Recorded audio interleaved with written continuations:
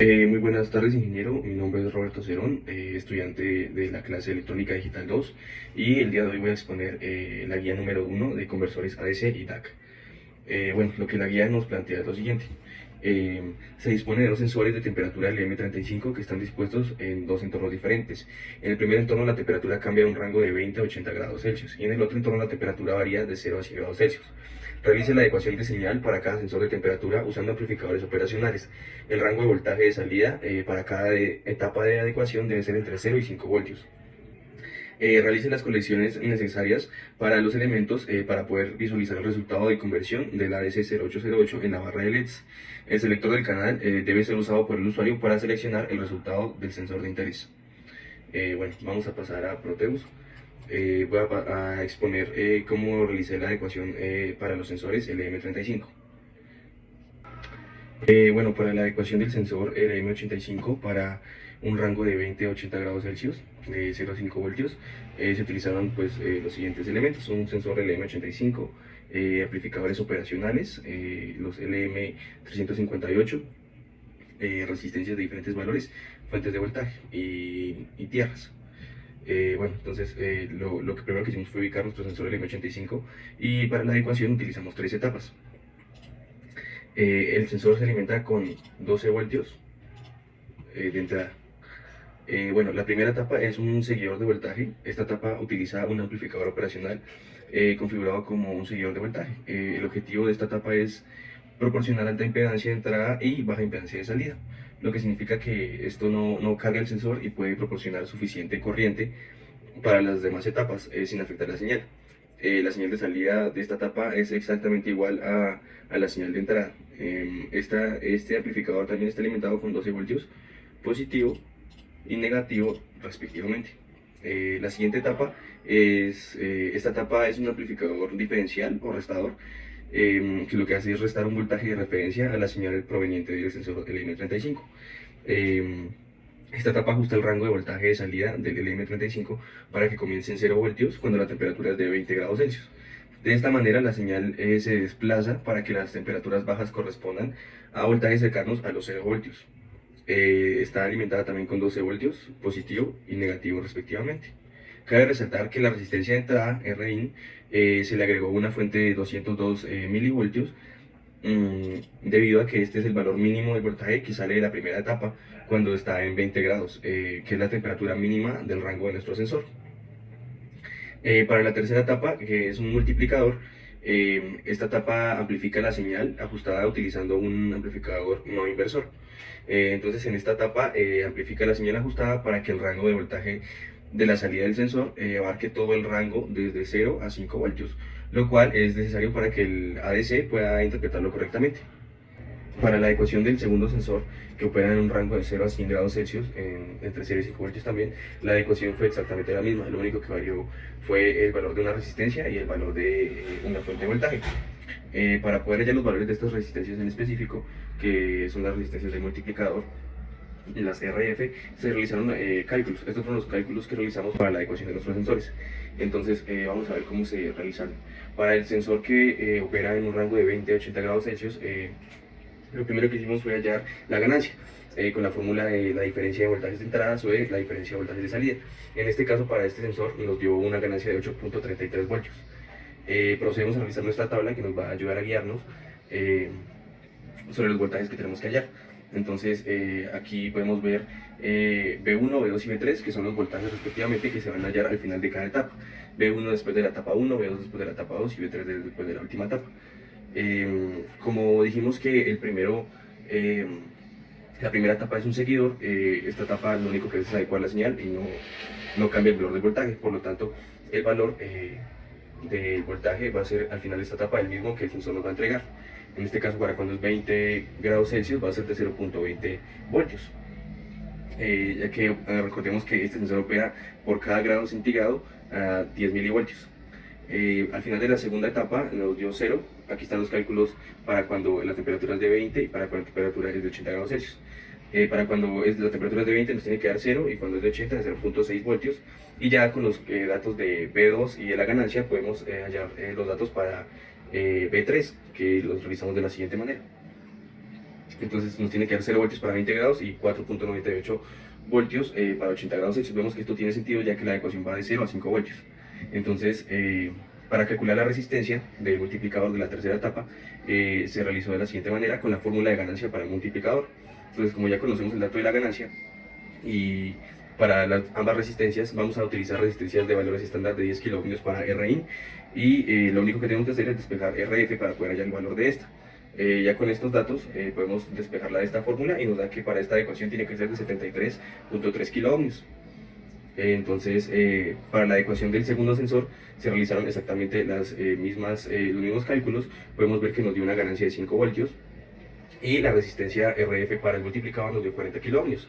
Entonces aquí tenemos los datos de cuánto voltaje tendría que dar al final de cada etapa, y vamos a proceder a hacer una verificación de que están realmente bien hechas nuestras adecuaciones, comparándolos con los valores que nos dieron en los cálculos. Vamos a proceder a simular.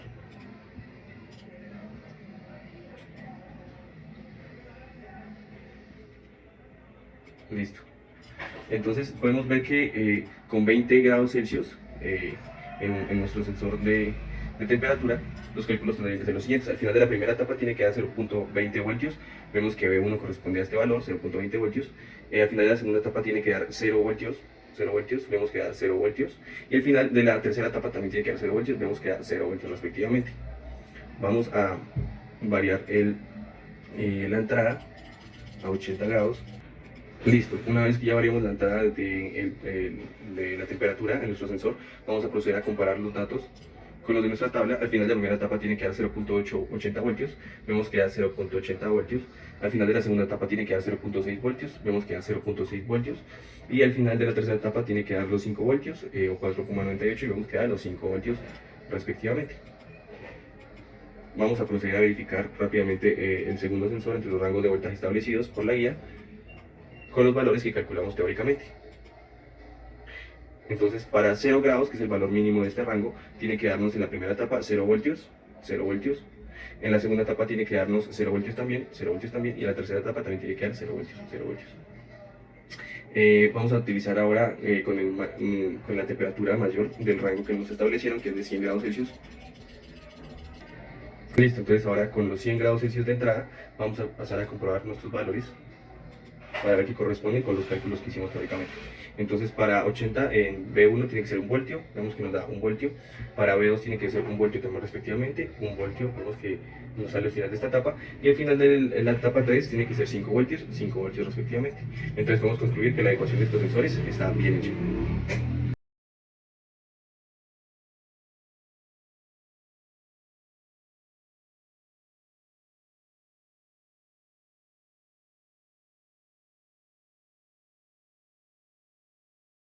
Bueno, ahora vamos a proceder a verificar que nuestro conversor AS0808 esté funcionando correctamente. Recordemos que este es un conversor de análogo a digital, lo cual el voltaje de entrada nos lo va a representar en un número binario, que va a ser nuestra salida digital. Entonces, para la ecuación de este circuito utilizamos las dos señales de entrada que se conectan al canal 0 y canal 1, un selector de canal que nos va a poder decidir entre cuál de las dos señales visualizar en la barra de LEDs, una barra de LEDs, resistencias y un botón. Para la señal de nuestro clock, que es nuestra frecuencia de muestreo, utilizamos una señal de 500 kHz. Aquí la podemos ver, y esto fue todo lo que se usó para la ecuación de este circuito. Vamos a proceder a verificar rápidamente que quedó bien hecho la conexión y que nuestro conversor sí está funcionando adecuadamente. Entonces, para poder verificar que efectivamente el resultado digital que está ofreciendo el conversor corresponde al voltaje de entrada, la ecuación que debemos tener en cuenta es esta que tenemos aquí en la pantalla. Para establecer la relación entre el voltaje de entrada con respecto al dato digital, lo determinamos con esta ecuación y con estas tablitas que armamos acá, en el que tenemos en cuenta el voltaje de entrada, que en este caso es de 5, el voltaje máximo que es de 5 también, y el voltaje mínimo que es de 0. El número de bits va a ser 8. Entonces, con la ayuda de estas tablas que ya hicimos calculando gracias a la ecuación que tenemos acá, vamos a proceder a verificar que está bien hecha nuestra ecuación y que el conversor está funcionando correctamente. Entonces vamos a correr la simulación. En este caso, como el selector está en 0, pues estamos visualizando los datos del sensor de arriba, del canal 0. Entonces, en este caso nos dice que está entrando una señal de 5 voltios, que el selector, la barra de LEDs la representa de la siguiente manera. Con la ayuda de la calculadora vamos a pasar este número de binario a decimal, y nos tendría que dar el número que ya obtuvimos gracias a la ecuación. Entonces, 5, 6, 7, 0. Nos dice que este número que nos da en decimal es 254. Vamos a verificar y efectivamente con un voltaje de entrada de 5 voltios tiene que darnos 254. Vamos a verificarlo rápidamente con un voltaje menor.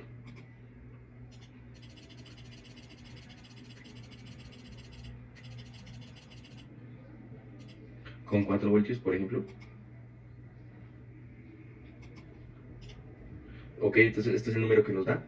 Vamos a pasarlo rápidamente a binario, que es a decimal 11001101.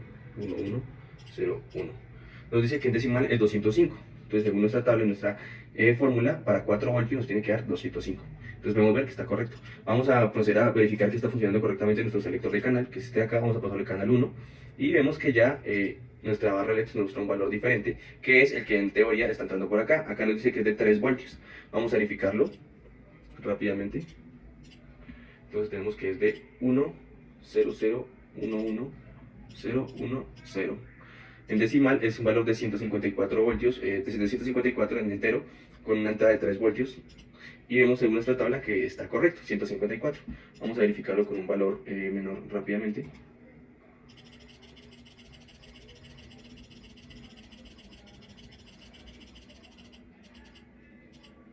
De 2 voltios está bien para verificar.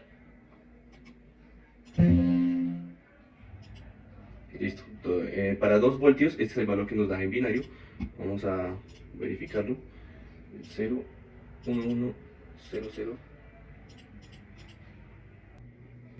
Y listo. Entonces aquí podemos ver que nos da un valor decimal de 103 en entero para 2 voltios.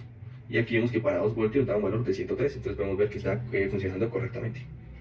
Entonces podemos concluir que la adecuación de nuestros dos sensores y nuestro conversor está funcionando correctamente junto con el selector de canal. Bueno, para nuestro reto complementario nos pide lo siguiente. Realice las conexiones necesarias para que la señal de entrada sea convertida a digital mediante el AS0808 y el resultado de esta conversión se convierta nuevamente a su representación análoga mediante el DAC0804. Aquí realizamos el respectivo circuito en el que conectamos un DAC a un AS08 a un DAC08 y también colocamos un osciloscopio con un canal conectado a la entrada del ADS0808 que va a ser nuestra señal de entrada senoidal y un canal conectado a la salida del DAC08 que va a ser la señal que vamos a ver ya convertida, ya digitalizada. Hay que tener en cuenta 3 parámetros muy importantes que son la señal de entrada, la frecuencia de entrada que está establecida en 60 Hz, clock, que el clock es la frecuencia de conversión que la tenemos establecida en 540K y nuestro start, que es nuestra frecuencia de muestreo que la tenemos establecida en 1 kHz. Estos 3 parámetros son muy importantes ya que van a determinar cómo va a estar convertida nuestra señal. Entonces, lo que nos pide la guía ahora es use el osciloscopio para observar ambas señales. Entonces vamos a correr la simulación y vamos a ver qué es lo que nos muestra el osciloscopio. La señal amarilla es la señal de entrada de nuestra entrada senoidal y la curva azul, la señal azul, es la salida ya digitalizada que nos entrega el DAC08. ¿Qué diferencias encontramos? Entonces, las diferencias que observamos entre la señal análoga de entrada del ADC y la señal reconstruida por el DAC se deben principalmente a 3 factores: la cuantización, la resolución y la frecuencia de muestreo. El proceso de conversión de análogo a digital, que lo hace el ADC, implica convertir una señal continua, como la senoidal de este caso, en un conjunto de valores discretos. El ADC08 convierte el valor de voltaje en una representación digital de 8 bits, lo que significa que solo puede representar 256 niveles de voltajes diferentes. Como resultado, lo que pasa es que la señal reconstruida por el DAC no será completamente continua, sino una aproximación escalonada, lo que puede introducir un error de cuantización. En el osciloscopio, acá podemos notar que la señal de salida del DAC tiene unos escalones en lugar de la suavidad de la señal senoidal original. La señal digital es escalonada y estas se llaman muestras digitalizadas. Si la señal analógica tiene cambios sutiles o alta frecuencia, el DAC no podrá capturar estos detalles con exactitud. Entonces lo que pasa es que lo que provoca es una señal de salida menos precisa comparada con la entrada, como podemos ver. Bueno, lo que nos pide ahora la guía es lo siguiente. Haga variaciones en la frecuencia de muestreo manteniendo constante la frecuencia de conversión. Entonces vamos ahora a variar nuestra frecuencia de muestreo, que está en 1K, vamos a subirla a 4K y vamos a ver qué ocurre. Bueno, lo que pasa aquí, lo que podemos ver es que la señal ahora es más precisa, aumentó el escalamiento. Esto es debido a que entre mayor sea la frecuencia de muestreo, más datos va a tomar, y por lo tanto va a poder ser mucho más precisa y como podemos ver se parece mucho más a la señal de entrada senoidal. No va a ser completamente lisa como la senoidal porque aún así tiene un límite y lo que hace es tomar varias muestras, pero entre mayor sea el número de muestras que tome, la señal va a ser mucho más parecida a la señal de entrada. Ahora lo que nos pide es, ahora haga variaciones en la frecuencia de conversión, manteniendo constante la frecuencia de muestreo. Entonces vamos a hacer todo lo contrario.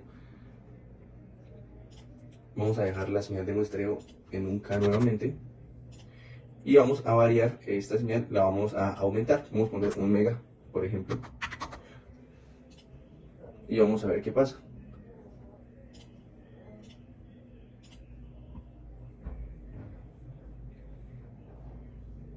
Bueno, entonces como podemos ver, al cambiar la frecuencia de conversión influye directamente en la velocidad a la que el ADC puede procesar la señal. Entonces, frecuencias más altas permiten un segmento más preciso de señales rápidas, pero puede aumentar el consumo de energía o reducir la precisión. Frecuencias más bajas mejoran la resolución y reducen el consumo, pero pueden no captar adecuadamente las señales rápidas. Bueno, por último, nos piden haga variaciones en la amplitud y en la frecuencia de la señal senoidal de entrada, manteniendo constantes las frecuencias de conversión y muestreo. Bueno, entonces lo que nos piden hacer es lo siguiente: mantener nuestra frecuencia de muestreo en un K, igual a la que teníamos, y 540 kHz la otra frecuencia. Entonces la única que vamos a variar es la señal de entrada, la onda senoidal, la teníamos en 60, vamos a ponerla en 1 kHz, por ejemplo. Y vamos a ver qué ocurre en la señal cuando hacemos estos cambios. Bueno, entonces como podemos ver aquí en el osciloscopio cambia totalmente nuestra señal y la señal azul pues ya nos está dando información. Solo se ve una muestra por ciclo, entonces lo cual es que la señal azul no nos está dando información confiable acerca del comportamiento de la señal de entrada. Esta señal es tan rápida que ni siquiera el conversor alcanza a convertirla, por eso no se ven escalones y pues no nos representa la señal de entrada. Muchísimas gracias.